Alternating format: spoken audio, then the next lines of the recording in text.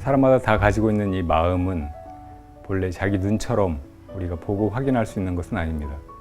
그러나 그 누구도 이 마음을 떠나서 살 수 없고, 심지어는 육신이 죽는다고 해도 마음은 따라서 죽는 것이 아닙니다. 이 마음을 가장 잘 비유할 수 있는 것은 바로 거울입니다.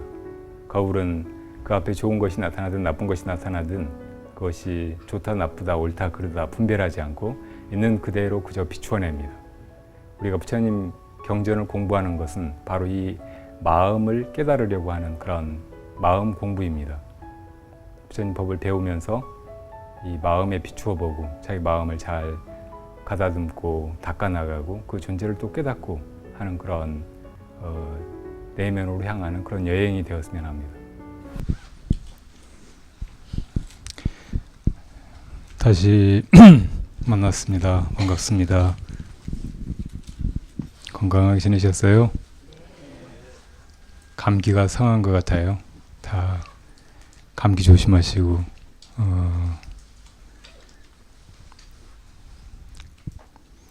건강하고 밝은 마음으로 추위랑 세파랑 모든 일들을 다 잘 이겨나가면서 순간순간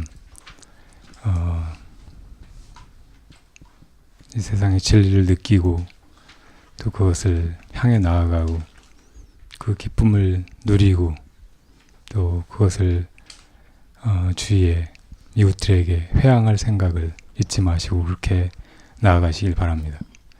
전 지난번에 많이 아프다가 이번엔 좀 살아났어요.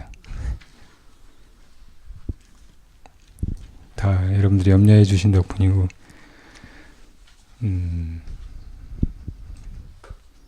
너무 사람이 건강하기만 한 것보다 가끔씩 아파야 사람들한테 관심도 받고 동정도 사고 내가 이렇게 살아가는 일이 내가 잘나서 그런 게 아니고 다른 분들이 이렇게 많이 염려해주고 살펴주고 마음을 함께 해주셔서 되는 일이로구나 하고 느끼게 되는 것 같아요. 사실은 아플 때 제일 겸손한 마음을 가지게 되고 그런 겸손한 마음으로 자기 존재와 이 세상을 바라볼 때 비로소 그 전에 잘 느끼지 못했던 것, 보고도 그냥 지나쳐서 배우지 못했던 것들을 비로소 알아가게 되는 것 같아요. 감사하게 생각합니다. 예전에 법정 스님과 또 다른 시인이 하는 대화를 들었는데 그 시인이 인도 여행을 여러 번 한 사람이었어요.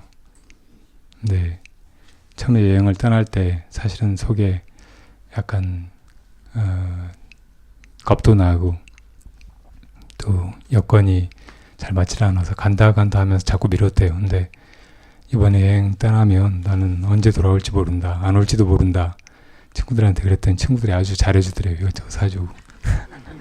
그 나중에 이제 그게 좋아서 여러 번 나 곧 갈 거다 하면서 잘 얻어먹었대요.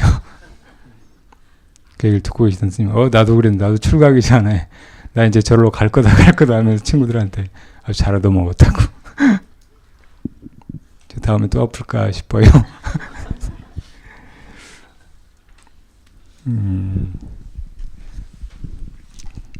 지난 시간에 3장의 제목이 대승정종분인데 대승이란 자기 혼자만의 열반, 소승의 열반을 구하는 수행자들이 믿고 실천하는 것이 아니고 일체 중생과 더불어 저 피안으로 나아가려고 하는 보살의 마음을 가진 수행자들이 닦는 길이고 또 그런 길을 가도록 부처님께서 가르쳐 보이신 것입니다. 여기 대승의 정종, 바로 대승의 가장 그 근본적인 바른 그 가르침의 핵심이 이 안에 담겨 있다는 말이에요. 모든 대승 경전들이 다 우리에게 보살도를 열어 보이고 그 보살도를 행해간 끝에 다 성불에 이르게 된다고 말씀을 하셨습니다. 소승의 가르침에서는 부처님께서 우리가 다 성불해야 된다는 그런 말씀은 아직 꺼내지 않으셨어요. 누구든지 다 이 삼계 속에서 괴로움 당하고 있고 그 삼계 생사고에서 벗어나려고 하면 이 세상에서 무엇인가를 구해서는 안 된다. 삼계를 벗어나 해탈해야 하고 삼계에 대한 집착이나 자기 안에 무지를 걷어내고 모든 것의 공성, 다시 말하면 무상, 무와 고를 깨달아야 한다고 말씀하셨죠. 그런데 아직 진정한 열반, 가장 높은 열반을 얻기 위해서는 다른 중생까지 다 함께 그렇게 저 열반의 기쁨을 누리도록, 그것을 향해서 나아가도록 돕겠다는 마음, 대승의 원력, 이런 것을 아직 말씀하고 계시지는 않으셨던 거죠. 근데 이제 대승의 가르침에 와서는 항상 강조하시는 것이 보리심, 우리 모두가 다 함께 구경열반에 이르러서 부처님과 같아지는 것, 또 그런 마음으로 수행을 해갈 때 비로소 수행의 극과 가장 궁극적인 열매라고 할 수 있는 부처가 되는 것을 이룰 수 있다는 말씀을 하시는 거죠. 그러니까 결국 대승의 가르침은 이 부처님의 가르침이 성불의 길이라는 것을 말씀하고 계시는 거예요. 소승의 가르침에서 성불해야 된다 이런 말씀은 없는데, 누구든지 이 삼법인을 깨달아서 아라한이 되어서 이 생사고에서 벗어나야 된다 이렇게 말씀하셨지만 다 성불해야 된다는 말씀은 아직 않으셨어요. 그런데 이제 대승에 와서는 다 성불해야만 이 수행이 끝이 난다는 것, 그리고 그 성불이란 자기만의 성불을 향해서 나아가는 그런 소승의 마음으로는 부족하고 일체 중생을 다 함께 데리고 이끌어서 함께 나아가는 길이라는 말씀을 이제 하시는 거예요. 그래서 대승이라고 합니다. 근데 지금 이 금강경에서는 누구든지 다 이 구경열반에 이르려면, 또 이 세상에 사는 것도 그렇고 이 세상의 괴로움을 벗어나서 열반을 향해서 나아가는 것도 그렇고 다 자기 마음으로 해나가는 일인데, 그 마음을 마음대로 하려면 마음을 조복받아야죠. 이 마음은 가만 놔두면은 업대로 놀아나고 오히려 자기를 끌고 온갖 악업들을 저지르게 하고 또 괴로움에 빠뜨립니다. 그 마음을 일깨워서 대승의 원력을 잊지 않도록 해야 하고 또 그 마음으로 잘 다스려 가야 되는 거예요. 자기가 주인이 되어서 이끌고 가야 하는 것입니다. 그렇게 할 때 그 마음 조복받는 길이 무엇인가, 여기 대해서 부처님께서 가장 중요한 것은 다른 중생을 다 제도하리라 하는 이런 마음을 내는 것이다. 그리고 또 하나, 어쩌면 그보다 더 중요한 것은 그런 마음을 내되 이것이 다 이 반야로 비추어 보면 허망한 것인 줄을 알고 그렇게 해야 한다고 말씀하시는 거예요. 이 말씀이 약간 어폐가 있는 것으로 보일 수도 있을 거예요. 모든 게 다 허망하다면 뭐하러 중생을 제도하고 뭐하러 그 기나긴 보살도를 애써 가는 거예요. 그 보살도를 가고 또 다 같이 성불에 이르자고 하는 것은 이것들이 정말 실다운 것이고 가장 소중한 일이기 때문에 그렇게 하자는 것이잖아요. 근데 이렇게 다 헛것이고 허망한 일이고 하다고 하시면서 또 그런 길을 가라고 하시는 것이 논리적으로만 생각하면 납득이 잘 하지 않고 잘 가지 않고 아이러니컬하게 느껴진단 말이에요. 근데 사실 이 대승의 길을 정말 잘 가려면은 부처님께서 이렇게 말씀하시는 걸 비춰봐도 그렇고 우리가 곰곰이 느껴봐도 그렇고 이 세상이 다 실제로 있는 것이고 세상 일이 다 실제로 벌어지는 일들이고 내가 여기 정말 실제로 있는 것이고 또 보살도를 간다든지 우리 모두가 다 열반에 이르는 일이라든지 이런 것도 정말 다 실제로 있는 일이라고 생각한다면 그 길을 과연 갈 수 있을까 막막해져요. 또 그렇게 하다 보면 정말 많은 것들이 불편하고 부담스럽고 힘들어서 다 지쳐서 그만두게 된다고. 우리 음성에 법화 수련원이 있는데 거기 보각스님이 지금 주지로 계세요. 네, 보각스님이 그전에는 봉화의 법화두량에 있으면서 결제를 하고 했어요. 외국 사람들하고 함께. 외국 사람들이 한국말 이것저것을 얻어듣고 배우는데 제일 빨리 배운 말이 뭔 줄 아세요? 힘들어요. 보각스님이 그 말씀을 너무 많이 하셔서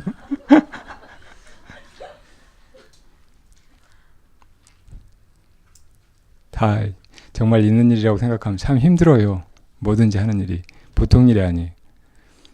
여러분들 살면서 어쩌다가 좋은 마감이 나와서 이거 꼭 해야지, 저 사람한테도 도움이 되는 일이고 내가 정말 내 인생에 중요한 일이라고 생각하니까 하고 좋은 마음으로 그 일을 해보세요. 근데 그게 쉬워요? 좋은 마음으로 하는 일이고 또 남한테 도움이 되는 일이고 하니까 순조롭게 될 것 같지만 정말 쉽지가 않아요. 힘들어요. 이렇게 모든 일이 다 내가 한다는 그런 생각으로 하면은 쉬운 일이 없어요. 내가 한다는 마음 가지고 무엇인가를 하는 것을 유의라고 하죠. 유의. 하는 바가 있다는 말이에요. 근데 뒤에 나오지만 부처님의 법은 또 이 부처님의 길에서, 부처님이 되는 그 길에서 다른 중생을 잘 두어하고 이끌고 가는 불보살님의 그 일은 다 유의법이 아니고 무의법이에요. 함의 없이 그렇게 되는 거예요. 우리 늘 암송하는 천수경에 보면 무의심내 기비심 그런 말씀이 있어요.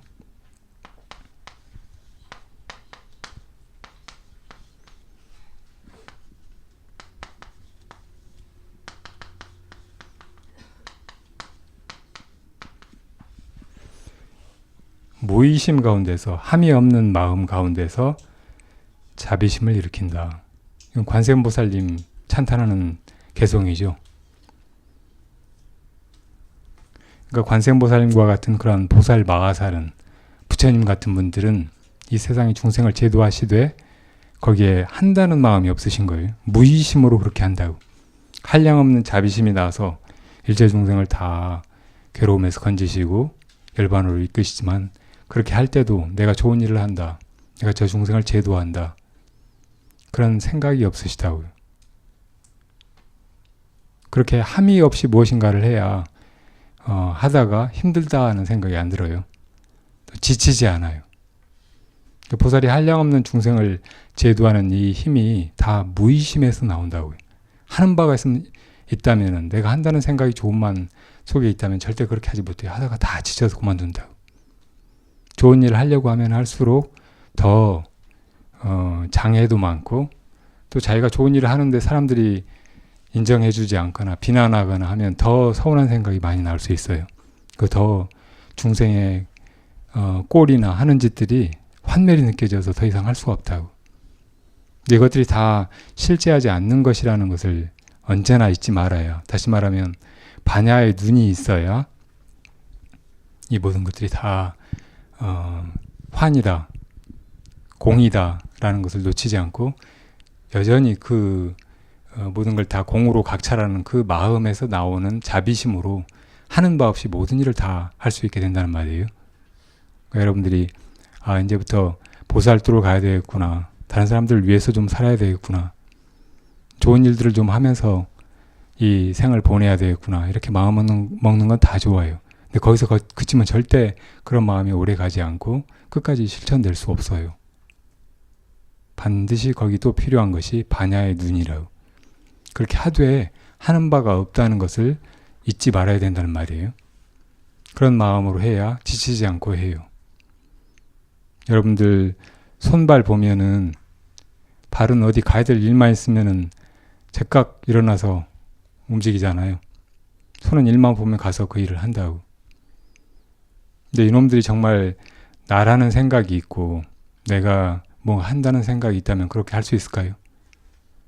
이놈들은 진짜 나라는 생각이 없고 뭘 해도 자기가 하는 줄 모른다고. 오른손만 맨날 가서 이거 하고 저거 하고 하면 오른손이 저 왼손을 왜 저렇게 돌려두고 나만 이렇게 시키냐고. 당장 그러죠. 다리는 왜 어디 가기만 하면 나보고 온 몸뚱이를 다 지고 가라고 하냐고.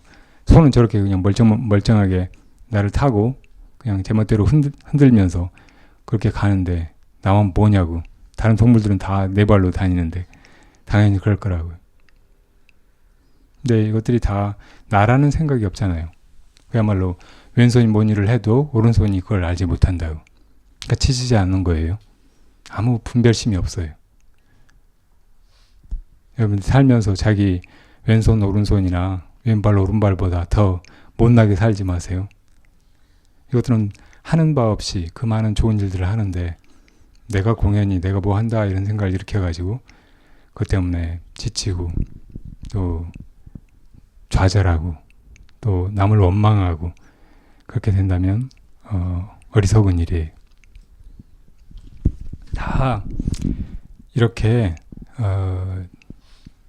뭔가 좋은 마음을 냈다가도 끝까지 가지 못하는 이유가 이 무의심을 알지 못하고 유의에 빠지기 때문이에요. 절대 이 유의의 마음을 넘어서지 못하면 아무리 좋은 일이 있고 그 일을 끝까지 잘 해나가겠다는 그런 마음을 단단히 먹어도 다 중간에 그만두게 된다고. 네, 여러분들이 참으로 그 하는 바 없는 마음 이것을 체득하면 그 무의심 가운데서 모든 일이 다 저절로 일어나는 거예요. 그냥 아무것도 안 하게 되는 게 아니에요. 그렇게 하려면 어떻게 해야 될까요? 무의심을 일으키려면 어떻게 해야 될까요?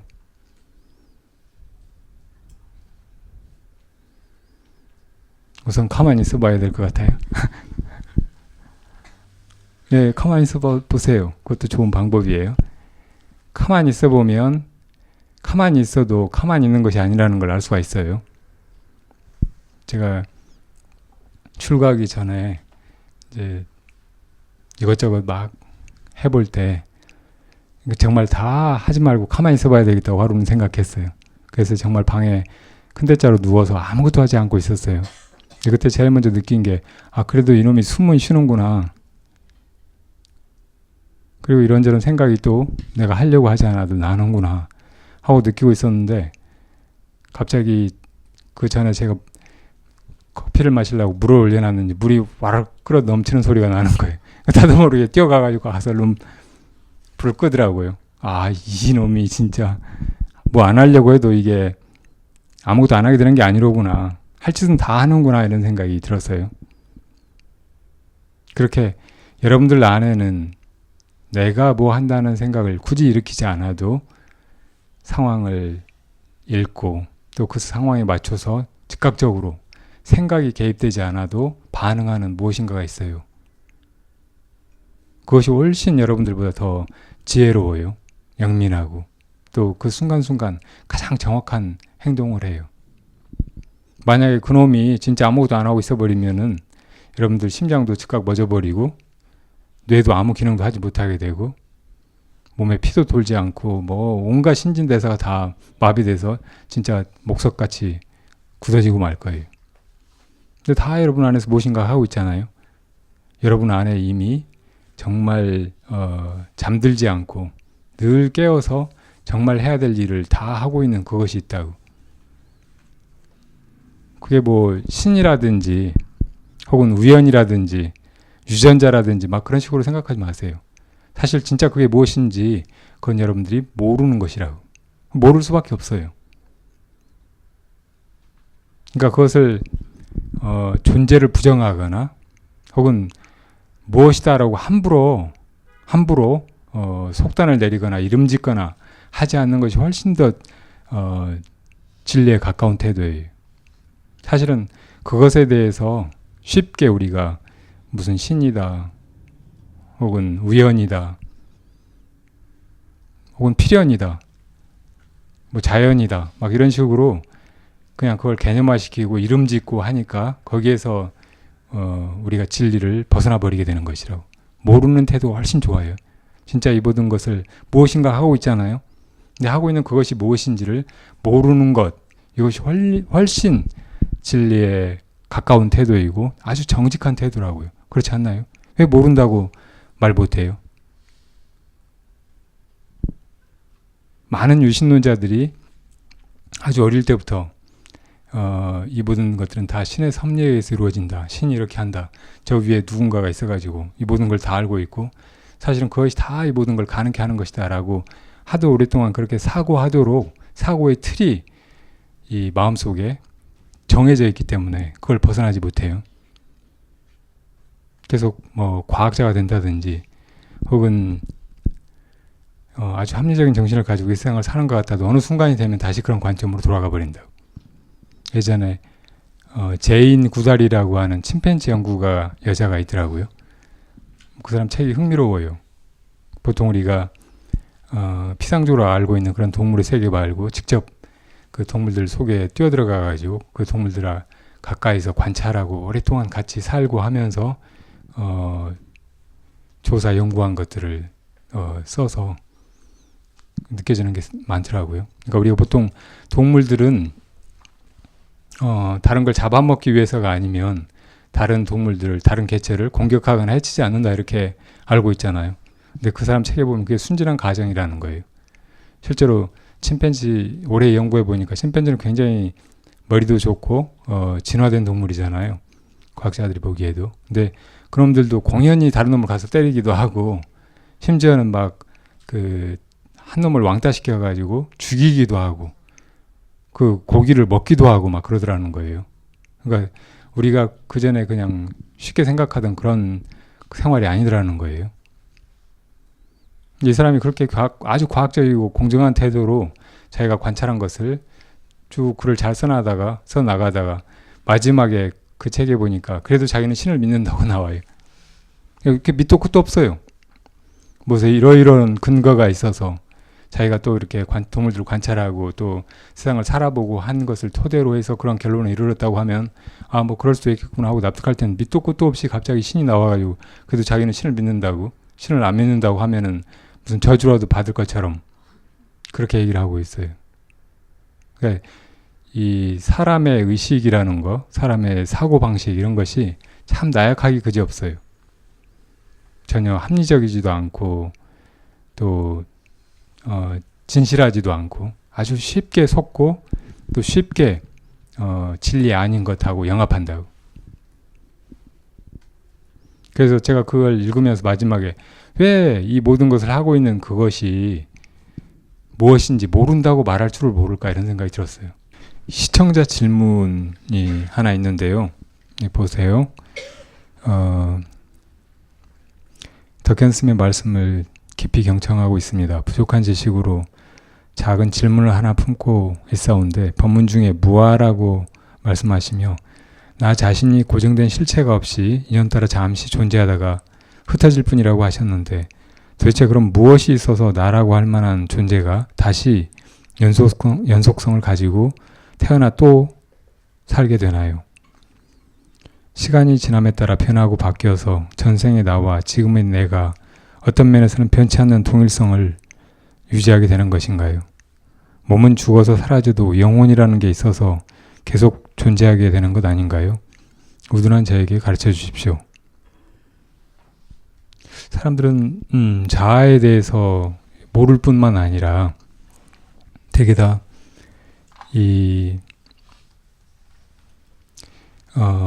마음속에 이 자아가 영원했으면 좋겠다 하는 그런 막연한 바람 내지는 욕망을 가지고 있고 또 막연히 이 육신은 죽더라도 혹은 뭐 생이 바뀌더라도 무엇인가가 내 안에 사라지지 않고 이어져 가겠지 하는 그런 믿음 같은 걸 가지고 있어요. 근데 사실은 그런 것들은 다 생각이에요. 하나의 그야말로 믿음이죠. 자기가 그렇게 믿고 있는 것이에요. 진리를 꿰뚫어 봤을 때 그때 이제 이런 문제가 명쾌하게 자기 안에서 해소가 되고 그게 논리적으로 완전히 내가 없다는 것을 안다고 할지라도 그게 정말 다 없어져 버리는 것이 아니고 또다시 원력으로 이 세상에 올 수도 있고 또 중생을 구제하는 보살행을 해갈 수도 있다는 것을 알게 돼요. 이 무아의 도리는 흔히 파도에 비유해서 이야기를 합니다. 이 세상에 존재하는 것이 어떤 것이 있다, 없다 이렇게 말할 때 흔히 입자와 파동의 문제로 이야기를 하잖아요. 빛 이건 입자일까요? 파동일까요? 태양에서 빛이 나잖아요. 태양에서 핵폭발이 일어나고 그 핵 반응이 빛이 돼가지고 그 빛이 지구까지 옵니다. 지구까지 오는데 걸리는 시간은 약 8분 정도라고 해요. 이렇게 오는 것은 빛 알갱이일까요? 아니면 하나의 그 파장일까요? 과학자들은 지금 이것이 입자이면서 파동이라고 말해요. 그런데 이것을 사실 우리가 이 상상력으로 따라잡고 논리적으로 이해한다는 것은 굉장히 어려워요. 그렇게 이제 증명을 해내고 그 과학자들이 하는 대로 따라가다 보면 수긍하지 않을 수가 없지만 이걸 우리가 상식적인 머리를 가지고 어떻게 어떤 것이 입자이면서 동시에 파동일 수가 있는지 이해하기가 참 어렵다고요. 근데 이 생사의 문제 또 그 안에 자아가 영속한가 그렇지 않은가 이런 문제도 사실은 비슷해요. 그래서 아주 오랜 동안 그 종교적인 난제가 이 우리 안에 개아, 이 에고 혹은 내 이 존재가 영원한 것이 있는가 없는가 그런 문제였어요. 이것을 부처님은 아론이라고 하셨다고. 아론, 자아에 대해서 영속한 자아가 있다 없다 하고 논쟁하고 시비하고 온갖 주장들을 하고 하는 거, 이런 것들이 만약에 이 지적인 사고의 차원에서 혹은 논쟁의 차원에서만 이루어진다면 이건 아무 가치가 없다고 하셨어요. 희론이라고 하셨단 말이에요. 이런 문제를 아무리 실험해도 진리에 이를 수가 없고 생사의 괴로움에서 벗어날 수가 없어요. 그러니까 어떤 사람이 설령 무아를 논쟁으로 다른 사람을 설복시키고 자기가 옳다는 것을 입증해 보인다고 해도 그런 사람이 생사의 괴로움에서 벗어나지는 못한다는 말이에요. 그러니까 그렇게 논쟁을 삼는 것, 이런 주제를 가지고 철학적인 논쟁을 삼는 것은 수행자의 일이 아니라고 하셨다고요. 여러분들 잘 아시다시피 독화살의 비유에 그 잘 나타나 있죠. 어떤 사람이 산길을 가다가 어디서 갑자기 독화살이 날아와가지고 그걸 맞아서 이제 몸에 독이 퍼지면서 곧 죽게 됐어요. 그럴 때 그 사람이 정말 빨리 해야 될 일은 빨리 얼른 그 화살을 뽑아내고 독을 제거해서 목숨을 부지하는 일이라고. 이 사람이 만약에 이 화살을 누가 쏘았을까? 또 이 화살이 어느 방향에서 날아왔을까?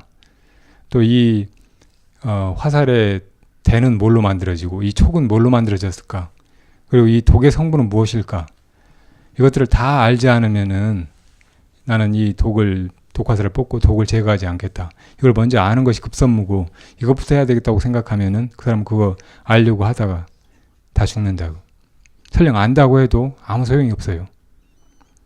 그리고 그거 알기도 힘들어요. 이런 문제라는 거예요. 자아에 대해서 이게 있다든지 없다든지 그런 식으로 논쟁하고 사유화하는 것은. 그러니까 수행은 이런 사유가 아니에요. 가끔 이 수행 혹은 참선 이것을 정여라고 번역하는 경우가 있어요. 여러분 저 미륵부처님 방가사유상 알죠? 다리를 이렇게 하고 이렇게 계시는 모습. 그때 사유라는 말이 분명히 나오잖아요. 근데 그때 사유는 생각으로 막 뭘 어떤 걸 연상해 나가거나 추론해 나가거나 혹은 말로 막 이렇게 논리로 뭘 접근해 가면서 알라고 하는 그런 태도는 아니에요. 깊이 자기 내면에 침잠해서 진리를 향해서 나아가는 것이라고. 생각을 통해서 가는 게 아니에요. 그래서 그걸 이제 선이라고 말하는 거죠. 그런데 이 명상하는 것을 고요할 정자, 생각여자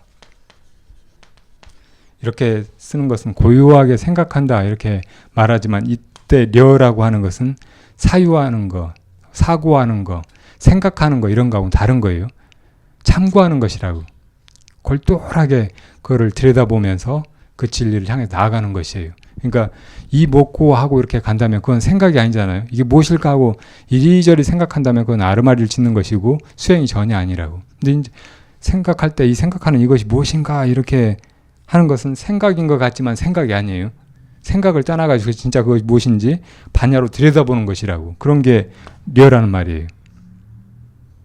방가사유상에서 그 비륵보살이 하고 있는 것은 바로 이와 같은 것이에요. 그러니까 이것은 어떤 시비 논쟁, 언어 분별, 이 속에서 이것인가 저것인가 막 생각하는 거하고는 아주 다른 것이라고. 그런 식으로 아무리 생각해서 무아라고 하는 결론에 이른다고 해도 역시 생사를 면하지 못하고 또 내가 있다고 그렇게 결론을 내린다고 해도 생사의 괴로움에서 벗어나서 열반을 얻거나 행복해지거나 자유로워지거나 하는 것은 전혀 아닌 거예요. 그러니까 수행의 일은 생각을 떠나서 깊이 참구에 들어가는 거, 내면의 그 생각 없는 그 자리로 들어가는 일이에요. 생각에 의지해서 나아가는 일이 아니라는 말이죠. 근데 나라고 하는 것 자체가 벌써 생각이고, 나라고 하는 것이 있다, 또 이것이 영원한 존재다, 내 몸이 죽고 없어져도 다음 생으로 건너가도 이 나라는 것이 있다라고 하는 생각은 근본적으로 분별되는 것이고, 어느 쪽인가 하면은 유견에 집착한 거예요. 유, 있다는 쪽에 사로잡힌 것이라고, 나가 있다고 보는 거예요. 그래서 이것을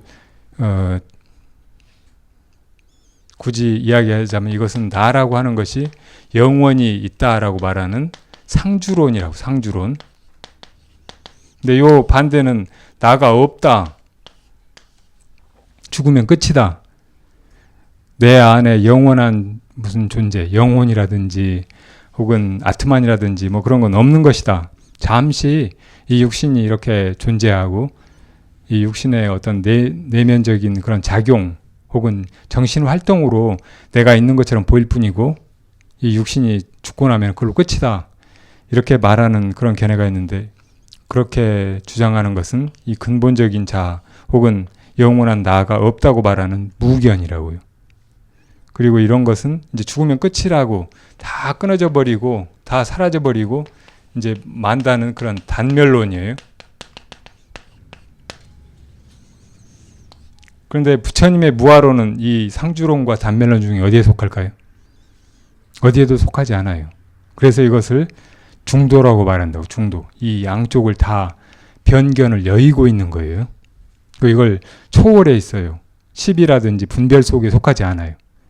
그리고 이 중도는 수행을 통해서만 나아갈 수 있게 되어 있어요. 논쟁을 통해서 혹은 자기 마음속의 분별, 사고를 통해 가지고는 갈 수 있는 길이 아니라고. 그런 걸 쉬어버리고 깊이 깊이 통찰해 갈 때 반야의 힘에 의해 가지고 나아가서 진짜 그것이 어떤 상태인지를 자기가 봐야 된다는 말이에요. 거기 개합이 돼야 돼요. 말의 차원에서 어느 쪽 하나의 입장을 취하는 것이 아니고 그걸 넘어서 가지고 그 자리로 들어가 버려야 된다고. 말이 다 끊어져 버렸지만, 그리고 결국 나도 없지만 그냥 완전히 없는 것만은 아닌, 나가 다 사라져 버렸음에도 불구하고 단멸이 아닌 그것을 깨달아야 된다는 말이에요.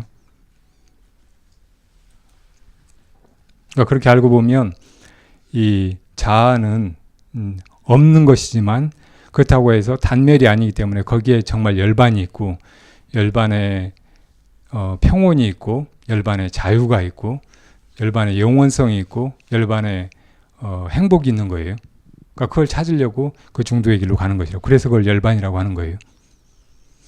그렇게 도달해서 보면 여기서 내가 있다고 생각하는 거, 이것은 이 하나의 움직임, 현상에 불과한 것을 있다고 집착한 것에 지나지 않아요. 자기가 있다고 본 거예요.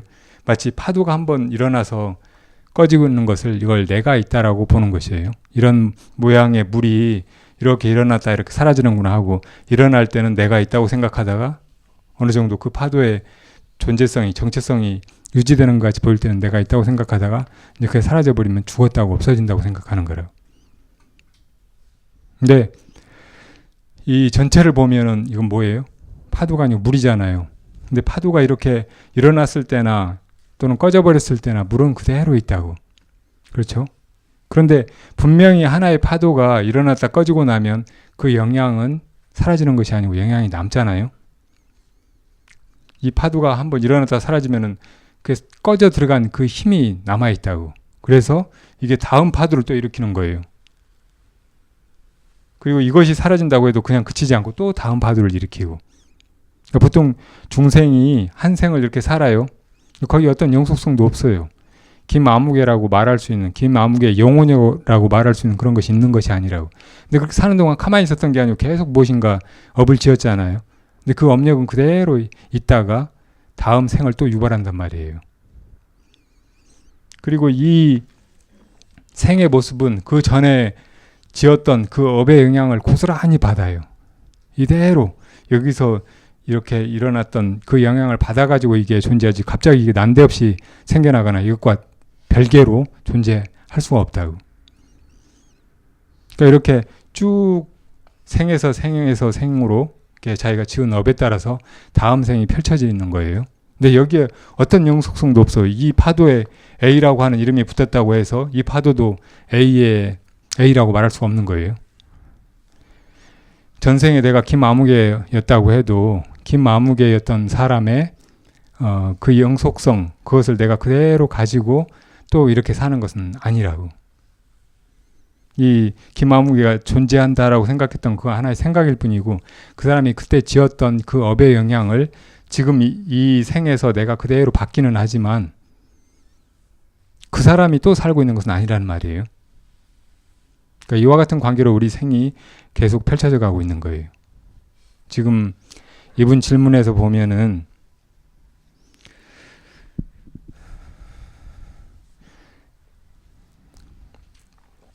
나라고 할 만한 어떤 연속성을 가진 존재가 있다가 다시 태어나서 또 살게 된다고 했는데, 이렇게 생각하는 것이 상주론이에요. 고정불변에 나아가 있다. 아트만 같은 것이 있다.